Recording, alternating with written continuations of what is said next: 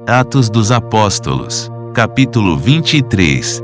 E pondo Paulo os olhos no conselho, disse: Homens irmãos, até ao dia de hoje tenho andado diante de Deus com toda a boa consciência. Mas o sumo sacerdote, Ananias, mandou aos que estavam junto dele que o ferissem na boca. Então Paulo lhe disse: Deus te ferirá, parede branqueada. Tu estás aqui assentado para julgar-me conforme a lei, e contra a lei me mandas ferir. E os que ali estavam disseram: Injurias o sumo sacerdote de Deus. E Paulo disse: Não sabia, irmãos, que era o sumo sacerdote, porque está escrito: Não dirás mal do príncipe do teu povo. E Paulo, sabendo que uma parte era de saduceus e outra de fariseus, clamou no conselho: Homens irmãos, eu sou fariseu, filho de fariseu, no tocante à esperança e ressurreição dos mortos sou julgado. E, havendo dito isto, houve dissensão entre os fariseus e saduceus, e a multidão se dividiu.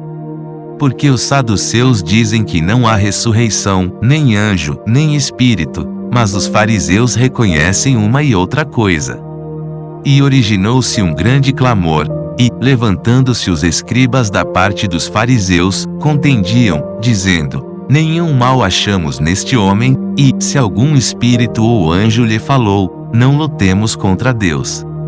E, havendo grande dissensão, o tribuno, temendo que Paulo fosse despedaçado por eles, mandou descer a soldadesca, para que o tirassem do meio deles, e o levassem para a fortaleza.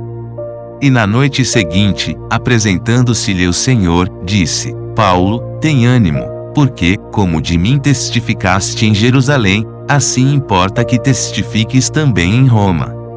E quando já era dia, alguns dos judeus fizeram uma conspiração, e juraram, dizendo que não comeriam nem beberiam enquanto não matassem a Paulo.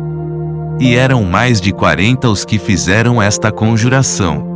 E estes foram ter com os principais dos sacerdotes e anciãos, e disseram: Conjuramo-nos, sob pena de maldição, a nada provarmos até que matemos a Paulo.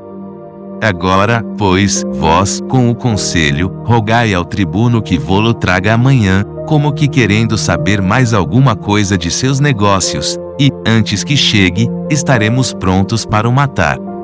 E o filho da irmã de Paulo, tendo ouvido acerca desta cilada, foi, e entrou na fortaleza, e o anunciou a Paulo.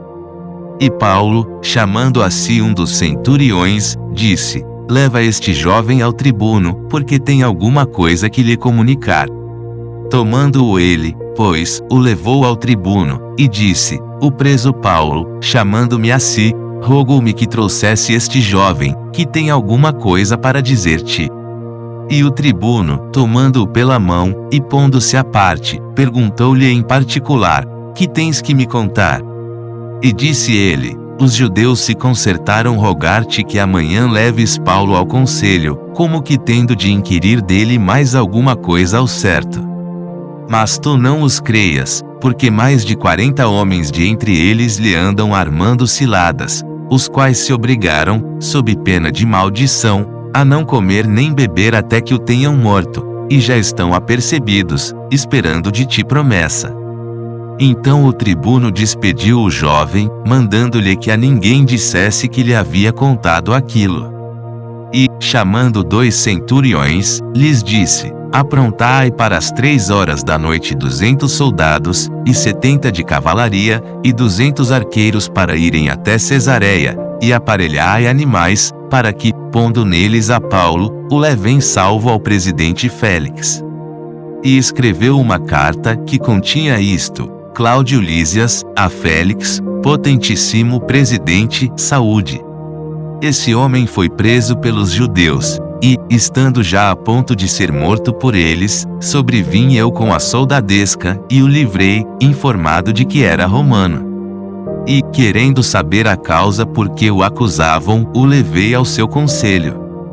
E achei que o acusavam de algumas questões da sua lei, mas que nenhum crime havia nele digno de morte ou de prisão.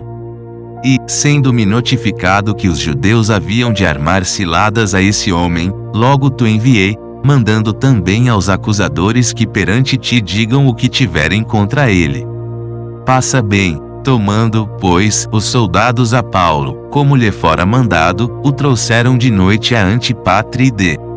E no dia seguinte, deixando aos de cavalo irem com ele, tornaram à fortaleza. Os quais, logo que chegaram a Cesareia, e entregaram a carta ao presidente, lhe apresentaram Paulo. E o presidente, lida a carta, perguntou de que província era, e, sabendo que era da Cilícia, disse: Ouvir-te-ei, quando também aqui vierem os teus acusadores. E mandou que o guardassem no pretório de Herodes.